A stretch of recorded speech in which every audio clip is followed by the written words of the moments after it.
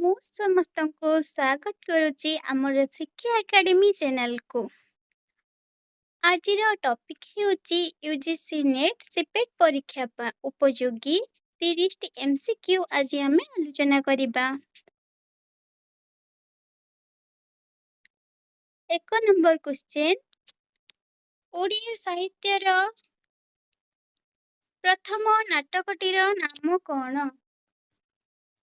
ପ୍ରଥମ ନାଟକଟିର ନାମ ହେଉଛି ବାବାଜୀ।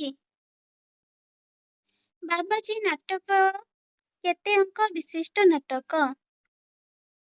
4 ଅଙ୍କ ବିଶିଷ୍ଟ ନାଟକ। ବାବାଜୀ ନାଟକରେ କେତୋଟି ନାରୀ ଚରିତ୍ର ରହିଛି? ବାବାଜୀ ନାଟକରେ 4ଟି ନାରୀ ଚରିତ୍ର ରହିଛି। ତାଜମହଲ ନାଟକଟି କାହାର? ତାଜମହଲ ନାଟକଟି ଅଶ୍ୱିନୀ କୁମାର ଘୋଷଙ୍କର। ବସନ୍ତ ଓ ନୀଳକଣ୍ଠ କେଉଁ ନାଟକର ଚରିତ୍ର? ବସନ୍ତ ଓ ନୀଳକଣ୍ଠ ଭଞ୍ଜ ଭୁଜଙ୍ଗ ନାଟକର ଚରିତ୍ର। ଉତ୍କଳ ଦୁର୍ଦ୍ଦଶା ଓ କୁସୁମ ସୁନ୍ଦରୀ ନାଟକଟି କାହାର? 5 ନମ୍ବର କ୍ୱେଶ୍ଚେନ୍, ଉତ୍କଳ ଦୁର୍ଦ୍ଦଶା ଓ କୁସୁମ ସୁନ୍ଦରୀ ନାଟକଟି ବୀରବିକ୍ରମ ଦେବଙ୍କର। ରଘୁଅରକ୍ଷିତ ନାଟକଟି କେତେ ଅଙ୍କ ବିଶିଷ୍ଟ? ରଘୁଅରକ୍ଷିତ ନାଟକଟି 5 ଅଙ୍କ ବିଶିଷ୍ଟ। ଅଙ୍କୁର ପଲ୍ଲବ କୁସୁମ କେଉଁ ନାଟକର ଅଙ୍କର ନାମ? ଚଷାଝିଅ ନାଟକର ଅଙ୍କର ନାମ। 8 ନମ୍ବର କ୍ୱେଶ୍ଚେନ୍, କେଉଁ ନାଟକଟି ଅଭିନୟ ବନ୍ଦ ଶିରୋନାମରେ ବଙ୍ଗଳାରେ ଲିଖିତ ହେଉଥିଲା? ଅଭିନୟ ନାଟକ। କେଉଁ ନାଟକ ପ୍ରଥମେ କୁଳଟା ନାମରେ ପ୍ରକାଶ ପାଉଥିଲା? 9 ନମ୍ବର ଆନ୍ସର ହେଉଛି ସାକ୍ଷୀଗୋପାଳ। ମୋଟିଫ୍ର ତାତ୍ପର୍ଯ୍ୟ କ'ଣ? ମୋଟିଫ୍ର ତାତ୍ପର୍ଯ୍ୟ ହେଉଛି ଗଳ୍ପାଣୁ। ବୀଣାକାର କେଉଁ ଲୋକନାଟକର ଚରିତ୍ର? ବୀଣାକାର ଦଣ୍ଡନାଟର ଚରିତ୍ର। ଦଧିନାଟ କେଉଁ ଅଞ୍ଚଳରେ ପ୍ରସିଦ୍ଧ? ଦଧିନାଟ ଉତ୍ତର ଓଡ଼ିଶା ବାଲେଶ୍ୱରରେ ପ୍ରସିଦ୍ଧ। ଥମ୍ପସନଙ୍କ ମତରେ ମୋଟିଫ୍ କେତେ ପ୍ରକାରର? ଥମ୍ପସନଙ୍କ ମତରେ ମୋଟିଫ୍ 23 ପ୍ରକାରର। ଡାଲଖାଇ ଓଡ଼ିଶାର କେଉଁ ଅଞ୍ଚଳରେ ପ୍ରସିଦ୍ଧ?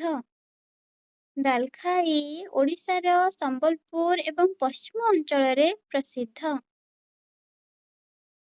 ଭାରତର ପ୍ରଥମ ଲୋକଗୀତ ସଂକଳନର ନାମ କ'ଣ? ଭାରତବର୍ଷର ପ୍ରଥମ ଲୋକଗୀତର ସଂକଳନର ନାମ ଦକ୍ଷିଣ ଭାରତୀୟ ଲୋକଗୀତ, ଯାହା ଜି.ଇ. ଗ୍ରୋଭରଙ୍କର 1872ରେ ରଚନା କରାଯାଇଛି। ଜାତକ କଥାରେ ସଂକଳିତ ଲୋକଗଳ୍ପ ଗୁଡ଼ିକ କେଉଁ ସମୟର? ବୌଦ୍ଧଯୁଗୀୟ ସମୟର।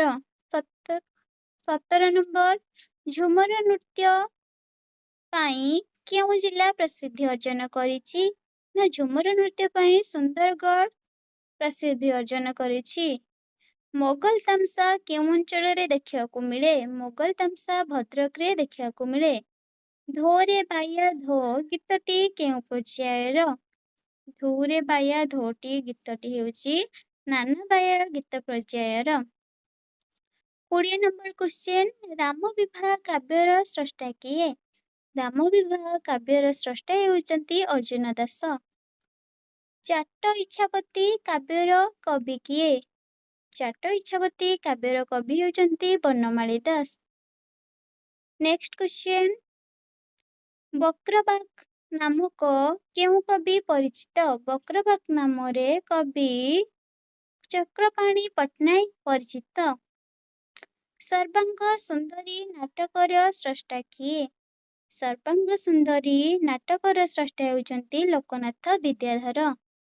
ବୈଦର୍ଭୀ ରୀତିରେ କେଉଁ ରସର ଆନୁକୂଲ୍ୟ ରହିଛି? ବୈଦର୍ଭୀ ରୀତିରେ ଶୃଙ୍ଗାର ରସର ଆନୁକୂଲ୍ୟ ରହିଛି। ଔଚିତ୍ୟ ସମ୍ପ୍ରଦାୟର ମୁଖ୍ୟ ପ୍ରବର୍ତ୍ତକ କିଏ? ଔଚିତ୍ୟ ସମ୍ପ୍ରଦାୟର ମୁଖ୍ୟ ପ୍ରବର୍ତ୍ତକ ହେଉଛନ୍ତି କ୍ଷେମେନ୍ଦ୍ର। ଭୀମ ଭୋଇଙ୍କର ଗୁରୁଙ୍କ ନାମ କ'ଣ? ଭୀମ ଭୋଇଙ୍କ ଗୁରୁଙ୍କ ନାମ ହେଉଛି ମହିମା ଗୋସାଇଁ। ଶୃଙ୍ଗାରିତ ଚେତ୍ କବିଂ କାବ୍ୟଂ ଜାତ ରସମୟ ଜଗତ୍। କିଏ କହିଛନ୍ତି? ଶୃଙ୍ଗାରୀ ଚେତ୍ କବି କାବ୍ୟଂ ଜାତ ରସମୟ ଜଗତ୍। ଏଇଟା କହିଛନ୍ତି ଆମର ସରସ୍ୱତୀ କଣ୍ଠାଭରଣର ଲେଖକ ଗୋପୀନାଥ ବଲ୍ଲଭ। ନାଟକର ଲେଖକ କିଏ? ଗୋପୀନାଥ ବଲ୍ଲଭର ନାଟକର ଲେଖକ ହେଉଛନ୍ତି ରଘୁନାଥ ପରିଛା। ଭରତଙ୍କ ନାଟ୍ୟଶାସ୍ତ୍ରର ଟୀକା ଗ୍ରନ୍ଥର ନାମ କ'ଣ ଥିଲା? ଭରତଙ୍କ ନାଟ୍ୟଶାସ୍ତ୍ରର ଟୀକା ଗ୍ରନ୍ଥର ଲେଖିଛନ୍ତି ଅଭିନବ ଭାରତୀ।